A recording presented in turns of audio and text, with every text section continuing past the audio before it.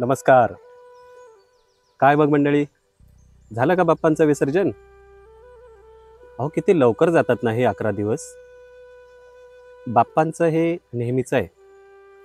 11 दिवस यायचं, भरभरून सेवा करून घ्यायची, जाताना मात्र आमचे डोळे ओले करून निघून जायचं. आपले बाप्पा आपल्यासोबत कायमचे राहिले असते तर काय मज्जा येईल ना. पण हे शक्य आहे का? अवश्य शक्य आहे. तुम्हाला एक कटू सत्य सांगू का? आपण फक्त बाप्पांची प्रतिकृती घरी आणतो, खऱ्याखुऱ्या बाप्पांना आपण जाणून घेण्याचा प्रयत्नही करत नाही.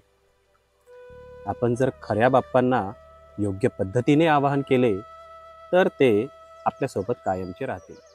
चला तर जाणून घेऊया हा खराखुरा बाप्पा म्हणजे नक्की काय आणि कोण. बरं, तुमच्याजवळ मराठी दिनदर्शिका आहे का? हा काय प्रश्न झाला? असणारच.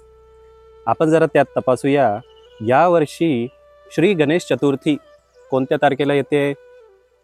27 ऑगस्ट. बरोबर. ठीक 27 ऑगस्टच्या 30 दिवसांअगोदर काय येते पहा? नागपंचमी. नागपंचमीच्या एक्झॅक्ट 21 दिवसाआधी काय येते? गुरुपौर्णिमा. म्हणजे पौर्णिमा तशी एक दिवस आधी चालू होते, नाहीतर तुम्ही म्हणाल 20च दिवस झाले. चेक करा पुन्हा एकदा. गुरुपौर्णिमेच्या 3 दिवस आधी काय येतंय? आषाढी एकादशी. काय बरं संबंध असेल या सर्व सणांचा एकमेकांसोबत? खरं सांगू, या सर्व सणांना आपल्या आध्यात्मिक शिक्षेने एकमेकांसोबत अगदी घट्ट बांधलं आहे. हे एक असं कोढं आहे जे या आध्यात्मिक जगाने आपल्या भारतवर्षाला दिलं आहे. आज मात्र आपण हे कोढं आध्यात्मिकतेच्या मदतीनेच सोडवणार आहोत. त्यामुळे व्हिडिओच्या शेवटपर्यंत माझ्यासोबत राहा. तर आषाढ शुक्ल एकादशी म्हणजेच आषाढी एकादशी, यालाच आपण देवशयनी एकादशी असेही म्हणतो. काय बरे देवशयनी एकादशी? आपण जर गुगल बाबांना विचारले तर ते म्हणतील या दिवशी भगवान विष्णू योग निद्रेसाठी जातात. या दिवशी जर उपवास केला तर मोक्षप्राप्ती होते. अहो, एकाच दिवसात मोक्षप्राप्ती होईल का? शक्य नाही. मग नेमकं देवशयनी एकादशी म्हणजे काय? भगवान विष्णू स्वतःला चार्ज करण्यासाठी योगनिद्रेत जातात. पहा, स्वतः ह्या संपूर्ण सृष्टीच्या चालनकर्त्याला देखील स्वतःला चार्ज करण्याची आवश्यकता भासते. मग तुमचं आमचं काय? पण मग आपण कुठे जायचं? गुरुजवळ. बघा, देवशयनी एकादशीच्या 3ऱ्या दिवशी काय येते? गुरुपौर्णिमा. आता गुरुपौर्णिमेला नक्की काय करतात?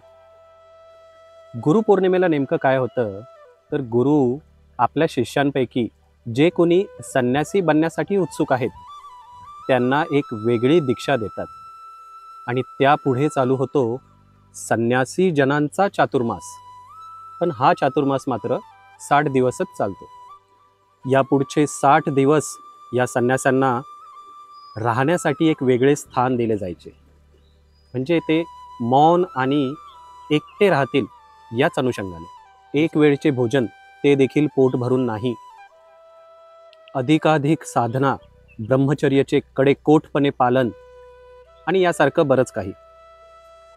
या पुढच्या 21 दिवसांमध्ये या संन्यासांना या दिनचर्येची सवय लागते आणि उजाडते श्रावण शुक्ल पंचमी म्हणजे आपली नागपंचमी. नागपंचमीला हे सर्व संन्यासी आपल्या स्वतःच्या शरीरातील नागदेवतेला आवाहन करतात, विनंती करतात की हे नागदेवता, आम्ही तुम्हाला प्रसन्न करण्यासाठी तप करत आहोत. आमच्या विनंतीला मान द्या, आमच्या मेहनतीला यश द्या. कोण नागदेवता? हो, आपल्या मूलाधार चक्रामध्ये सुप्त पडलेली ती शक्ती, जिला सर्पिणी असेही म्हटले जाते. आपण मात्र नागपंचमीला काय करतो हे मला वेगळं सांगण्याची गरज नाही. तो केवळ एक मूर्खपणा आहे. म्हणजे सापाला पकडून त्याला दूध पाजणे वगैरे, हे केवळ मूर्खपणाचं लक्षण आहे. जर तुम्ही देखील हे करताय तर आजच थांबा. संन्यासी ज्या नागाची पूजा करत आहेत तो नाग सफेद रंगाचे द्रव्य प्राशन करतो आणि त्यानंतरच जागृत होतो. कोणतं सफेद द्रव्य? आपले स्वतःचे वीर्य. आणि हे वीर्य मुबलक प्रमाणात उपलब्ध व्हावे म्हणूनच ती पाळलेली ब्रह्मचर्या. किती इंटरेस्टिंग आहे ना हे सर्व. पंचमीनंतर पुढचे 12 दिवस गुरु आपल्या संन्यासांना सतत पारखत राहतात. त्यांच्या छोट्या छोट्या ध्यानधारणेच्या अनुभवांवरनं त्यांची पात्रता ठरवतात आणि येणाऱ्या श्रावणी पौर्णिमेला त्यांच्यापैकी योग्य पात्रता असणाऱ्या संन्यासांच्या हातावर एक लाल रंगाचा धागा बांधतात आणि धागा बांधताना त्यांना वचन देतात की योग्य वेळ आली की मी तुझी रक्षा करेन. कोणती योग्य वेळ? आपण ते नंतर पाहू. आपण हा दिवस रक्षाबंधन म्हणून साजरा करतो. खरं रक्षाबंधन काय ते आपण आता जाणलं. गुरूंच्या आशीर्वादामुळे आता या निवडक संन्यासांच्या मनामध्ये आमूलाग्र बदल होतो. त्यांच्या विचारांमध्ये स्थिरता येते. विचारांमध्ये आलेली स्थैर्यता, गुरूंची शक्ती आणि ब्रह्मचर्याची ऊर्जा या सर्वांमुळे पुढच्या 8 दिवसात चमत्कार घडतो. काय चमत्कार घडतो? श्रीकृष्ण जन्मतात.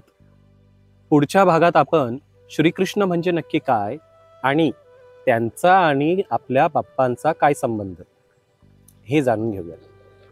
पुढचा भाग अतिशय जास्त रोमांचक होणार आहे, त्यामुळे कुठेही जाऊ नका. तुर्तास आपल्या सर्वांची रजा घेतो. भेटूयात याच्या पुढच्या भागात. तोपर्यंत नमस्कार.